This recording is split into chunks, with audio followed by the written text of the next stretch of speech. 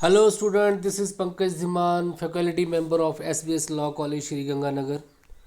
We are studying jurisprudence and now we are going to study the next source of law which is precedent. The question is define precedent. What are the kind of precedent? Point out its importance as a source of law. Do judge makes a law or desire it? क्या जज भी कानून बनाते हैं? President अगर acceptable हैं तो उनके मेरिट और डिमेरिट्स क्या हो सकते हैं? प्रेसिडेंट को as a source of law define करिए। रेशियो डिसाइडेंडी और ऑब्जेक्टेड डिक्टा क्या होता है? स्टेट डिसाइसिस क्या डॉक्ट्रीन है? ये सारी चीज़ें आपको यहाँ पर सीखने के मिलेंगी। 5 नंबर के बड़े सारे क्वेश्चन यहाँ से निकल सकते हैं, सॉरी 2 नंबर के। तो हम सोर्सेस ऑफ लॉ स्टडी कर रहे हैं। We already studied the concept of legislation, after that concept custom. Now this is the last source of law, precedent. Precedent मैंने आपको पहले भी समझाया है। प्रेसिडेंट बेसिकली क्या होता है एक बार फिर से मैं आपको बता देता हूँ। हायर कोर्ट के जो भी डिसीजन होते हैं, जो हमारी हायर कोर्ट होती है, सर्वोच्च न्यायालय जो हमारे होते हैं, उनके डिसीजन जो होते हैं वो छोटी कोर्ट्स के लिए, सबऑर्डिनेट कोर्ट्स के लिए एक लॉ की तरह काम करते हैं, कुछ प्रिंसिपल्स और रूल की तरह काम करते हैं। जो भी डिसीजन सुप्रीम कोर्ट ने किए हैं वो फॉलो करने ही पड़ते हैं सबऑर्डिनेट को। सिमिलर मैटर्स में मान लीजिए सुप्रीम कोर्ट में एक केस डिसाइड हुआ जिसमें हस्बैंड और वाइफ के बीच में डाइवोर्स का केस चल रहा था, और उस केस में उनका एक 15 साल का लड़का भी था और उसकी कस्टडी से रिलेटेड भी सवाल था। तो कानून तो ये बोलता है कि अगर बच्चा 5 साल से कम है तब तो वो मदर के साथ रहेगा, और अगर बच्चा जो है माइनर एज में है, मतलब 14-15 साल या 18 साल से पहले की एज में है, तो वो फादर के पास रहेगा। मतलब आफ्टर द 5 ईयर वो फादर के पास जा सकता है, ये रूल है। अब फादर जो है उसके पास फाइनेंशियल सोर्सेस नहीं है, वो अच्छे से परवरिश भी नहीं कर सकता है, वो बच्चे के जितने भी उसकी डेवलपमेंट के लिए जितने प्रोग्रेसिव स्टेप है वो नहीं ले सकता है due to weak financial situation. तो कोर्ट जो है वहाँ पे लॉ को नहीं देखते हैं। लॉ तो यही बोलता है कि 5 साल से उम्र का बच्चा जो है फादर के पास रहेगा। वो ये देखती है कि वेलफेयर ऑफ द चाइल्ड कहाँ है, कहाँ बच्चे का जो है ब्रॉट अप ठीक तरीके से हो सकता है पालन पोषण, तो उन्होंने उसकी कस्टडी माँ को दे दी। तो ये सुप्रीम कोर्ट ने डिसीजन दे दिया। अब बहुत सारे इंडिया में एक बहुत बड़ी पॉपुलेशन है, नंबर ऑफ केसेस जो कोर्ट में आते रहते हैं। मान लीजिए किसी डिस्ट्रिक्ट कोर्ट में ऐसा ही मामला आता है तो उस केस में फिर डिस्ट्रिक्ट कोर्ट के जज को वही सिमिलर मैटर उसके पास आता है, तो उसको वही डिसीजन सुनाना है जो इस केस से रिलेटेड जो है सुप्रीम कोर्ट ने सुनाया था। इसको बोलते हैं प्रेसिडेंट, और ये बाइंडिंग होता है सब सबऑर्डिनेट कोर्ट को, सभी कोर्ट्स को इसे मानना ही पड़ता है। तो decision of the higher court should be followed by the lower court. High court और बड़ी कोर्टों के जो डिसीजन होते हैं वो छोटी कोर्ट्स को मानने ही पड़ते हैं। इसकी को बोलते हैं प्रेसिडेंट, और ये भी अपनी तरीके से एक लॉ का काम करता है। सुप्रीम कोर्ट के जस्टिस ने या चीफ जस्टिस ने जो भी डिसीजन दिया वो अपने आप में लॉ है, और हमें वो आगे फॉलो करने, कोर्ट जब नेक्स्ट टाइम सिमिलर मैटर पे डिसीजन देंगी तो उनको ये फॉलो करना है। तो ये एक बहुत लॉ का काम करता है, इसलिए ये लॉ ऑफ सोर्स भी बन जाता है। इसको स्टडी करेंगे हम यहाँ पे। Generally judicial precedents played an important role in the all legal arrangement binding of the precedent in the form of decision in according with the law and equality of legal arrangement. तो जो president की जो binding है उसको मानना नहीं मानना ये लीगल अरेंजमेंट पे डिपेंड करता है, कॉमन लॉ में क्या लीगल अरेंजमेंट है। तो जैसे इंडियन कॉन्स्टिट्यूशन के आर्टिकल 143 में साफ बोला हुआ है कि हायर कोर्ट के डिसीजन जो है लोअर कोर्ट को मानने पड़ेंगे। इट मीन्स इंडिया में लीगल अरेंजमेंट की गई है प्रेसिडेंट को एज ए बाइंडिंग सोर्स मानने के लिए। डेफिनेशंस देखते हैं, क्वेश्चन थोड़ा सा लंबा हो सकता है, थोड़ा सा जल्दी करना पड़ेगा। डेफिनेशन क्या है? Judicial precedent has been defined by the jurist. Salmond क्या बोलते हैं? Judicial precedent means such decision given by the court which contain a principle of law. Judicial precedent ऐसे डिसीजन हैं जो कि कोर्ट देती है और जो है एक लॉ के सिद्धांत बन जाते हैं। The principle contain in precedent which give it an authority. जो भी प्रिंसिपल जो है उस डिसीजन में दिए गए हैं वो क्या बन जाते हैं? अथॉरिटी बन जाती हैं। And is called the base of decision, और वो उस डिसीजन का बेस बन जाता है और फॉर एवर उसको फॉलो किया जाता है। प्रोफेसर कीटन के according judicial precedent is judicial precedent is judicial to which authority has in some measures been attach. तो जुडिशियल डिसीजन जो होते हैं वो एक अथॉरिटी का काम करते हैं जो कि किसी मैटर से जुड़े होते हैं। ऑक्सफोर्ड डिक्शनरी भी डिफाइन करती है president is a previous instance. President क्या है? एक पहला इशू है, और केस एक ऐसा केस है विच और may be taken in example of rule of subsequent, जो कि बाद वाले केस में उस केस में दिए हुए वर्डिक्ट को यूज़ किया जाता है। तो पहले वाले केस में जो डिसीजन दिया गया था वो सब्सिक्वेंट केस में, बाद वाले केस में जब वो रूल यूज़ होता है और विच सिमिलर एक्ट और वैसे ही एक्ट किया जाता है तो वो क्या बन जाता है? प्रेसिडेंट बन जाता है। बेंथम ने तो प्रेसिडेंट को जज मेड लॉ बोला है।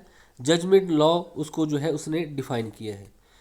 According to the precedent in such direction which can become base future. तो अगर आप प्रेसिडेंट को दो लाइनों में डिफाइन करो तो आप बोल सकते हैं कि प्रेसिडेंट ऐसी डायरेक्शंस हैं जो कि फ्यूचर केस के लिए एक गाइडलाइन का काम करता है। It can also be said the such principal which is applied in the similar nature case. एक ऐसा सिद्धांत है जो कि सिमिलर नेचर केस, वैसा ही सिमिलर नेचर केस जो है फिर से आता है तो उस टाइम पे कोर्ट जो है उस सिद्धांत को, उस प्रिंसिपल को वहाँ पे लागू कर देती है। तो आपको ये समझ में आ गया होगा कि प्रेसिडेंट क्या होता है। प्रेसिडेंट कुछ भी नहीं है, हमारी सुप्रीम कोर्ट के दिए हुए डिसीजन है जो कि छोटी कोर्ट को सिमिलर मैटर में उनको फोर्स करना ही पड़ता है। इससे फ़ायदा क्या होता है? इससे कोर्ट का, जज का, एडवोकेट का टाइम बचता है, ज़्यादा लिटिगेशन नहीं होती है। आप अगर सिमिलर मैटर में भी कोर्ट ने वही जजमेंट दी थी तो आप ये मान के चलिए कि उस केस में भी वही जजमेंट आने वाली है। आप जितना मर्जी लगा लिए एज एन एडवोकेट, कुछ भी चेंज होने वाला नहीं है। तो जल्दी डिसीजन आने से जो है टाइम जो है, प्रीशियस टाइम जो है कोर्ट का बचता है। लेकिन इसके कुछ जो है डीमेरिट भी हैं, आगे हम उनको स्टडी करेंगे। अब प्रेसिडेंट कितने टाइप का होता है? तो प्रेसिडेंट 2 टाइप का होता है। प्रेसिडेंट जो है एक अथॉरिटिव प्रेसिडेंट होता है, एक परसुएसिव प्रेसिडेंट होता है। अथॉरिटिव प्रेसिडेंट जो कि छोटी कोर्ट्स को किसी भी कंडीशन में एक्सेप्ट करना ही पड़ता है, उसके अकॉर्डिंगली अपने उस सिमिलर केस में जजमेंट देनी ही पड़ती है। वो उसको रिजेक्ट नहीं कर सकता, जज उसको डिनाई नहीं कर सकता, चाहे सुप्रीम कोर्ट के उस डिसीजन के पीछे कोई लॉजिक हो या ना हो। परस्यूसिव नेचर जहाँ पे आपको उसको मानना या ना मानना ये उस जज पे डिपेंड करता है। इट मीन्स ये उसके लिए कंपलसरी नहीं है, परस्यूसिव है, माने या ना माने।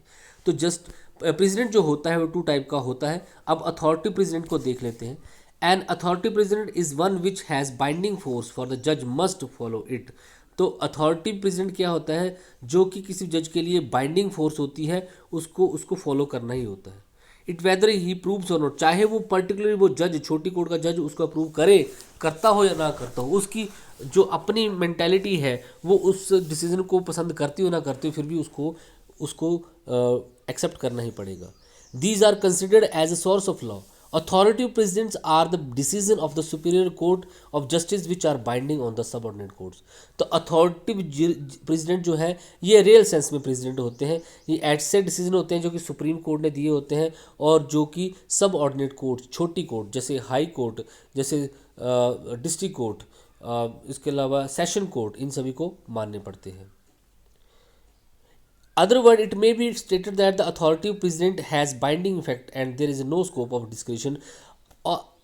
अन्य शब्दों में कहें तो अथॉरिटी प्रेसिडेंट क्या है? एक बाइंडिंग इफेक्ट है और जज के पास कोई स्कोप नहीं है कि वो उस अपने डिस्क्रिप्शन का यूज़ कर सके। तो सुप्रीम कोर्ट ने जो, इंडिया की बात करें हम तो सुप्रीम कोर्ट ने जो भी डिसीजन दिए हैं किसी भी पर्टिकुलर मैटर में, और अगर वही सिमिलर काइंड ऑफ फैक्ट वाला मैटर जो है फिर से छोटी कोर्ट के पास आता है तो वो सुप्रीम कोर्ट के डिसीजन को वहाँ पे अप्लाई कर देगा। वो जो है उसको डिनाई नहीं कर सकता। और सबसे बड़ी बात, उसके पास ये डिस्क्रिप्शन नहीं है, वो कोई भी मनमाना काम वहाँ पे नहीं कर सकता कि नया डिसीजन वहाँ पे दे दे। वो ऐसी डिस्क्रिप्शन, वो ऐसी मर्जी वो वहाँ पे नहीं रखता है। अब परसुएसिव प्रेसिडेंट ये फुल फॉर्म ऑफ प्रेसिडेंट नहीं है। फुल फॉर्म ऑफ प्रेसिडेंट जो है अथॉन्टिकेटेड प्रेसिडेंट ही है, लेकिन फिर भी persuasive precedent on the other hand in one which the जज are under no obligation to follow. बिल्कुल उल्टा कि यहाँ पे जज जो है वो ऑब्लिज नहीं होगा उसको फॉलो करने, उस डिसीजन को फॉलो करने के लिए। Such precedent while taking in consideration may be given proper importance. लेकिन जब भी वो डिसीजन कर रहा हो तो ऐसे डिसीजन को वो क्या कर सकता है, इंपॉर्टेंस दे सकता है, वेटेज दे सकता है। For example a decision of the high court is to be accepted और not by the other high court. देखिए सुप्रीम कोर्ट के decision high court, district court, session court, first class magistrate, second class magistrate, इसके अलावा junior division, senior division, सभी को मानने पड़ते हैं। लेकिन एक स्टेट के हाई कोर्ट का डिसीज़न दूसरी स्टेट के हाई कोर्ट के लिए बाइंडिंग नहीं होता है। तो ये क्या होगा, परस्यू, हाँ वो जब भी कोई डिसीजन करें तो सिमिलर मैटर का डिसीजन किसी और हाई कोर्ट ने कर रखा है तो उसको वो क्या कर सकते हैं, कंसिडर कर सकते हैं। लेकिन मानना ना मानना उन पे डिपेंड करता है। इट मीन्स कि इस यहाँ पे परस्यूसिव प्रेसिडेंट है। तो ये आपके पास एग्जाम्पल है कि इंडिया में एक हाई कोर्ट के डिसीजन जो है वो बाइंडिंग नहीं है इंडिया की अदर हाई कोर्ट पे, वो चाहे उनको माने ना माने लेकिन कंसिडरेशन में रख सकते हैं, ये है। सालमेंट जो है वो प्रेसिडेंट को टू पार्ट में डिवाइड करता है। वो एक बोलता है इम्पार्शियल अथॉरिटी प्रेसिडेंट और दूसरा बोलता है कंडीशनल अथॉरिटी। ये एक ही बात है। इम्पार्शियल जहाँ पे जो है अथॉरिटी प्रेसिडेंट हो जाता है और कंडीशनल जहाँ पे अथॉरिटी प्रेसिडेंट होता है, यहाँ पे कंडीशन लग जाती है उसको मानने ना मानने की। इम्पार्शियल पक्षपात रहित जो मानना ही पड़ता है, जो कि आपके पास अथॉरिटी प्रेसिडेंट भी है। तो इसको हम बड़ा डीप में नहीं जाएंगे, इसको यहीं तक ही पढ़ेंगे। अब देखिए यहाँ पे एक बहुत ही इंपॉर्टेंट डॉक्ट्रिन है जो आपको यहाँ पे बताना, doctrine of stare decisis. Doctrine of stare decisis बोलता है कि कोई भी डिसीजन सुप्रीम कोर्ट का कैसे बाइंडिंग होगा सभी कोर्ट्स पे, कोई भी decision of the supreme court कैसे बाइंड होगा। तो इसके लिए आपको कुछ काम करने पड़ेंगे ताकि वो एक एविडेंस रहे और हमेशा छोटी कोर्ट के पास वो अवेलेबल रहे। इट मीन्स कि वो रिटन में होना चाहिए, वो उसकी पब्लिकेशन होनी चाहिए, तभी जो है छोटी कोर्ट्स उनको फॉलो करेंगी। तो ये इंग्लैंड में एक रूल था, it is recognise principle of English law. According to this doctrine the precedent are authoritative and binding and it is essential to follow. ये आपके पास डॉक्ट्रिन है कि जो अथॉरिटिव जो प्रेसिडेंट होते हैं वो अथॉरिटिव होते हैं, बाइंडिंग होते हैं, सभी कोर्ट को मानने पड़ते हैं। When the legal question is clearly determined by the many decision, जब कोई भी लीगल इशू पे कोई डिसीजन जो है कोर्ट का आता है और उसको वो फॉलो करता है, दैट नॉट रिवोक, उसको ना तो तोड़ सकता है और ना उसको वो रिवोक कर सकता है, ना उसको फॉलो करने से मना कर सकता है, तो इसको हम स्टेयर डाइसिस बोलते हैं। लेकिन ये स्टेयर डिसाइसिस फॉलो कैसे होगा, इसके लिए यहाँ पे बताया हुआ है। तो स्टेयर डाइसिस के लिए आपको दो काम करने पड़ेंगे, उस डिसीजन को फॉलो करवाने के लिए आपको दो काम करने पड़ेंगे। एक होगा पब्लिकेशन ऑफ रिपोर्टिंग और सेकंड होगा existence of hierarchy of the court. अब ये क्या है, पब्लिकेशन रिपोर्टिंग क्या है, आपको सुप्रीम कोर्ट के जितने भी डिसीजन होते हैं उनको रिपोर्ट करना पड़ेगा बुक्स में, उन बुक्स को आपको फिर पब्लिश करना पड़ेगा, और ताकि वो सभी बुक्स जो हैं छोटी सी कोर्ट से लेकर बड़ी कोर्ट्स के पास अवेलेबल हो। इंडिया में इसके लिए क्या है, आप लॉ स्टूडेंट है, आपको पता होना चाहिए, आप सेकेंड ईयर में है, तो इंडिया में AIR है, all India reporter. All India reporter जो हर महीने का एक आता है, वो उसमें जो है सुप्रीम कोर्ट और हाई कोर्ट की एवरी जजमेंट दे रखी होती है। तो अगर आपके पास कोई सिमिलर मैटर है और आपको लगता है कि सुप्रीम कोर्ट की ऐसी वर्डिक्ट आई थी मेरे फेवर में या मेरी पार्टी के फेवर में, ऐसी वर्डिक्ट आई हुई है पहले, तो आप एक AIR उठाएंगे, वहाँ से उस केस को निकालेंगे और जज साहब को बता देंगे, देखिए सुप्रीम कोर्ट ने भी जजमेंट की है, वो कोर्ट जज भी वही जजमेंट कर देगा, because he is bound to follow such judgement and such decision under the article of 143 of Indian constitution. तो एक तो पब्लिकेशन करनी पड़ेगी, केसेस को रिपोर्ट करना पड़ेगा बुक्स में। इंडिया में AIR है, और भी है, ILR भी है, जैसे इंडियन लेबर रिपोर्टर्स है, इसके अलावा राजस्थान लॉ रिपोर्टर्स हैं, बड़े सारे लॉ रिपोर्टर्स जहाँ पे नंबर ऑफ डिसीजन आते रहते हैं। ये हो गया आपका पहला, publication reporting. To follow the judicial precedent the publication of reporting is essential, successful use of them only be possible on the publication. ये तभी पॉसिबल है, स्टेट डिसाइसिस सुप्रीम कोर्ट के डिसीजन को फॉलो कराना तभी पॉसिबल है जब इसकी पब्लिकेशन होगी। पब्लिकेशन नहीं होगी तो क्या हमारे पास प्रूफ रहेगा कि सुप्रीम कोर्ट ने कोई डिसीजन किया था। This is the reason that it is has been said by the diocese the history of following precedents is the history of law decision magazines and law reports. तो जो magazine और law report जो है वो actual में होनी चाहिए। तो इंग्लैंड में तो है एनुअल लॉ डिसीजंस, और इंडिया में मैंने आपको बता दिया बड़े सारे आपके पास जो है दीज लॉ मैगजीन्स, जर्नल्स हैं, डॉक्यूमेंट्स हैं, रिपोर्ट्स हैं, और सबसे बड़ा इसमें से AIR है जिसको आपने याद रखना है। तो एक काम तो स्टेट डिसाइसिस के लिए करना पड़ेगा, पब्लिकेशन ऑफ ऑल केसेस और रिपोर्टिंग करनी पड़ेगी उनकी। Second, existence of hierarchy of the court, court की एक जो वंशावली है वो भी बनानी पड़ेगी। मतलब कि कौन कोर्ट किससे बड़ी है, उससे बड़ी कोर्ट कौन सी है, उससे बड़ी कोर्ट कौन सी है। तो इंडिया में सबसे बड़ी कोर्ट है सुप्रीम कोर्ट, वो जो डिसीजन देगी छोटी कोर्टों को मानना पड़ेगा हाई कोर्ट है, उसके नीचे डिस्ट्रिक्ट कोर्ट है, सेशन कोर्ट भी है, जो चीफ जुडिशियल मैजिस्ट्रेट भी है, उसके अलावा first class magistrate, second class magistrate भी है। सिविल मैटर में देखें तो वहाँ पे सीनियर डिवीज़न, जूनियर डिवीज़न भी है, मेट्रोपॉलिटन मैजिस्ट्रेट भी है। तो कितने सारी कोर्ट्स हैं, उनकी एक वंशावली है, अनुपात है उनका, उस हिसाब से वो अगर बनाएंगे तभी तो हमें पता चलेगा कि हाईएस्ट कोर्ट कौन है और किसका डिसीजन हमें फॉलो करना है। That is called hierarchy of the courts. For the applicability of the doctrine of stare decisis, existence of hierarchy of the court is also essentials. Because the absence of such hierarchy, the court who are to follow, हमें ये नहीं पता चलेगा किस court ने किसको follow करना है, cannot be assumed under the doctrine of stare decisis। तो stare decisis जो है वो डॉक्ट्रिन कंप्लीट नहीं हो पाएगा। देखिए इंडिया में मैंने आपको जैसे बताया, सॉरी मैंने इस आर्टिकल आपको गलत बता दिया, 141 है, all the court absolutely bound by the decision, all court absolutely bound by the decision of the Supreme Court. However, the Supreme Court is not bound its own earlier decision. तो यहाँ पे साफ लिखा है 141 आर्टिकल इंडियन कॉन्स्टिट्यूशन में कि supreme court के decision मानना सभी के लिए बाउंड है। तो सुप्रीम कोर्ट को हम सबसे ऊपर वाली कोर्ट रखेंगे और उसके नीचे हाई कोर्ट होगा, फिर डिस्ट्रिक्ट कोर्ट होगा, डिस्ट्रिक्ट कोर्ट के जो कलेक्टर होगा, सेशन कोर्ट होगा, उसके नीचे चीफ जुडिशियल मैजिस्ट्रेट होगा, उसके नीचे जो है मेट्रोपोलिटन जैसी भी है हायरार्की, आप CRPC CPC पढ़ेंगे वहाँ पे क्लियर हो जाएगा। इसके अलावा एक बात जहाँ पे साफ लिखी हुई कि सुप्रीम कोर्ट अपने डिसीजन फॉलो करने के लिए बाउंड नहीं है। सुप्रीम कोर्ट के डिसीजन उससे छोटी वाली कोर्ट्स फॉलो करने के लिए बाउंड है, लेकिन सुप्रीम कोर्ट अपना ही कोई डिसीजन दे और उसको फॉलो करने के लिए बाउंड नहीं है। लेकिन क्योंकि supreme court according to the need of society और according to the base of circumstances कई बार जो है अपना ही डिसीजन चेंज भी करना पड़ता है। तो जैसे हाई कोर्ट दूसरी हाई कोर्ट के डिसीजन को फॉलो करने के लिए बाउंड नहीं है, एक पर्सिव नेचर होती है, माने ना माने, वैसे ही सुप्रीम कोर्ट अपने ही डिसीजन को चेंज भी कर सकती है, अल्टर भी कर सकती है, उसको मानने के लिए बाउंड नहीं है।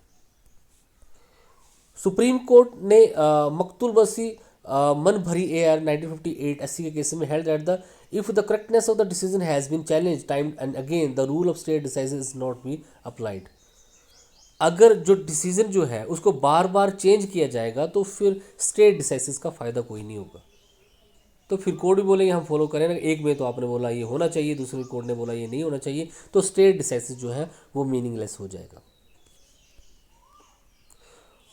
और आपके पास एक बहुत ही फेमस है Pandurang Kalu Patil versus state of Maharashtra के केसेस में इसके privy council binding over the high court, supreme court said that it is binding provide that it has not been overruled by the supreme court. तो प्रीवी काउंसिल ने ये बोला कि high court के decision binding है क्या, तो supreme court ने बोला कि हाई कोर्ट के डिसीजन बाइंडिंग है, लेकिन जब अगर सुप्रीम कोर्ट ने उनको ओवररूल्ड नहीं किया है या ख़त्म नहीं किया हुआ है। ये आपके पास the intention is that the decision of supreme court are binding और द हाई कोर्ट। ये यहाँ पे क्लियर है कि सुप्रीम कोर्ट के डिसीजन हाई कोर्ट में बाइंडिंग है, लेकिन a decision of the one high court is not binding over the another high court. लेकिन एक हाई कोर्ट का डिसीजन जो है दूसरी हाई कोर्ट पे बाइंडिंग नहीं है, परस्यूसिव नेचर का है, क्योंकि दो तरीके का प्रेजेंट आपने पढ़ा। If there are different decision in the matter of different branches, अगर बड़ी सारी ब्रांचेस होती है ना, सिंगल बेंच जज बोलते हैं जिसको हम बोलते हैं कि एक ही जज बैठा है, तो उसके बाद 5 जज बेंच भी हो सकती है, 11 जज बेंच भी, 13 जज बेंच भी हो सकती है। तो उन केसेस में जहाँ पे डिफरेंट ब्रांचेस ने अलग अलग डिसीजन दिए हुए हैं, then the decision shall be followed which reasonable. तो जो डिसीजन रीजनेबल वो है, क्योंकि ब्रांचेस का डिसीजन जो उसमें खुद जो है यहाँ पे मतभेद है, तो फिर according to the circumstance reasonability पे ही डिसीजन करना चाहिए। ठीक है जी। अब आपके पास यहाँ पे है रेशियो डिसाइडेंडी और उसके बाद आपके पास ऑब्जेक्टर डिक्टा। तो ऑब्जेक्ट डिक्टा और रेशियो डिसाइडेंडी यहाँ पे भी डिफाइन किए गए हैं और उसके बाद यहाँ पे भी डिसाइड किए गए हैं। तो हम यहाँ से पढ़ेंगे कि ऑब्जेक्टिव डिक्टा क्या होता है, क्योंकि इसकी परस्यूसिव नेचर होती है। तो ये 2 टाइप का होता है, लेकिन ये 2 थ्योरियाँ जो है यहाँ पे दी गई हैं, इनको हम यहाँ पे स्टडी कर लेंगे। ऑब्जेक्टिव डिक्टा जो होता है, पहले इसको पढ़ लेते हैं। ऑल देखिए यहाँ पे पढ़िए, all that is said by the court by the way of a statement of law which go beyond the requirement of the particular cases and which lay down a rule that is irrelevant or necessary for the purpose of hand are called the objective dicta. Objective dicta का मतलब ये होता है कि ऐसे किसी case में जज साहब कोई स्टेटमेंट देते हैं जो कि उस केस में रेलिवेंट नहीं है, तो वो जो स्टेटमेंट है वो अपने आप में लॉ नहीं है. देखिए एक अयोध्या मामले में जब तक उसका फैसला नहीं हो गया तो सुप्रीम कोर्ट के जजों ने नंबर्स ऑफ स्टेटमेंट दी, तो क्या वो स्टेटमेंट भी अपने आप में एक डिसीजन था या उसको फॉलो किया जाना चाहिए था? नेगेटिव वर्ड में बोलूँगा कि उन स्टेटमेंट को फॉलो करना ज़रूरी नहीं है. हाँ, उनको हम कंसिडर कर सकते हैं at the time of decision, लेकिन वो स्टेटमेंट जो है वो अपने आप में लॉ नहीं है. और इसलिए इसकी जो परसुएसिव नेचर होती है, क्योंकि प्रेसिडेंट टू टाइप का है, एक अथॉरिटी और दूसरा परसुएसिव, तो परसुएसिव नेचर में आ जाता है ऑब्जेक्टिव डिक्टा. ये तो ठीक है जी. ऑब्जेक्टिव डिक्टा बेसिकली क्या है? किसी भी केस में अगर किसी जज ने, कोई सुप्रीम कोर्ट के किसी जस्टिस ने किसी केस में कोई स्टेटमेंट दी, तो वो स्टेटमेंट अपने आप में डिसीजन नहीं है और ना ही सिमिलर मैटर में उस स्टेटमेंट को छोटी कोर्ट जो है फॉलो करेंगी. इसी को हम ऑब्जेक्टिव डिक्टा बोलते हैं. ठीक है जी. लेकिन ऑब्जेक्टिव डिक्टा जो है ये परसुएसिव प्रेसिडेंट होता है और द जज बाउंड नहीं है इसको फॉलो करने के लिए, लेकिन फिर भी ये लॉ की ग्रोथ जो है करता है, क्योंकि जो स्टेटमेंट दी होती है अगर चाहे तो आप उसको फॉलो कर सकते हैं. जैसे Sarla Mudgal versus Union of India के 1966 के केसेस में क्या हुआ, यहाँ पे सुप्रीम कोर्ट ने एक जज ने बोला, स्टेटमेंट दी कि यूनिफॉर्म कोड जो है इंडिया में होना चाहिए आर्टिकल 44, तो उसने एक स्टेटमेंट दी. अब इसको फॉलो करना नहीं करना ये किसी पे डिपेंड नहीं करता है.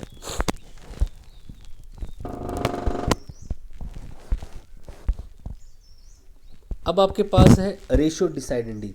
तो रेशियो डिसाइडेंडी का मतलब क्या होता है? A precedent judicial decision which contain itself a principal.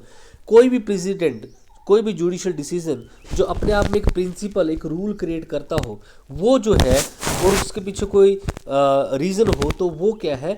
एक अथॉरिटिव प्रिंसिपल है और ये बन जाता है आपके पास ratio decidendi.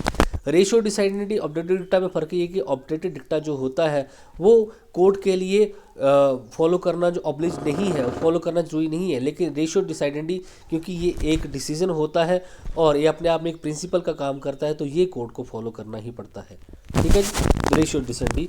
The decidendi the concrete decision is binding between the parties which has the force of law. तो ऐसे डिसीजन कोर्ट को फॉलो करना. कीटन में होता है ratio decidendi is that principle of law which become basis of judgement.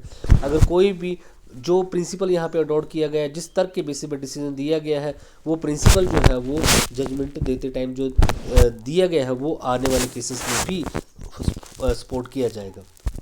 तो in those the ratio decidendi क्या है? One such judicial principle which authorises precedent, जो कि एक अथोराइज्ड प्रेसिडेंट बन जाता है, जो सभी कोर्ट पे जो है लागू होता है और फ्यूचर केसेस में वो अप्लाई होता है और उसके बेसिस पे कोर्ट कंक्लूजन पे पहुंचती है, तो वो क्या बन जाता है? रेशियो डिसाइडेंडी बन जाता है. अब ऐसे बड़े सारे केसेस हुए हैं, जैसे आने वाले केसेस फ्यूचर केसेस में वो एक रेशियो डिसाइडेंडी, जैसे मोहरी बीबी धर्मोदास का केस कॉन्ट्रैक्ट में बहुत इंपॉर्टेंट केस है, जिसमें एक माइनर अगर कॉन्ट्रैक्ट करता है तो हमेशा के लिए इनवैलिड है, आज तक ये चलता है. रेग वर्सेस गोविंदा के केसेस में मर्डर और कल्पेबल होमोसाइड में फ़र्क बताया गया. आईपीसी में आपको पढ़ाऊंगा, वहाँ पे आपको क्लियर हो जाएगा कि यहाँ पे क्या फ़र्क मर्डर और कल्पेबल होमोसाइड में. दोनों में ही किसी इंसान की डेथ हो जाती है, लेकिन उसके बावजूद भी एक में फांसी की सज़ा हो सकती है, दूसरे में उम्र कैद हो सकती है. तो ये है आपके पास. इसका अगला पार्ट जो है नेक्स्ट वीडियो में देखते हैं.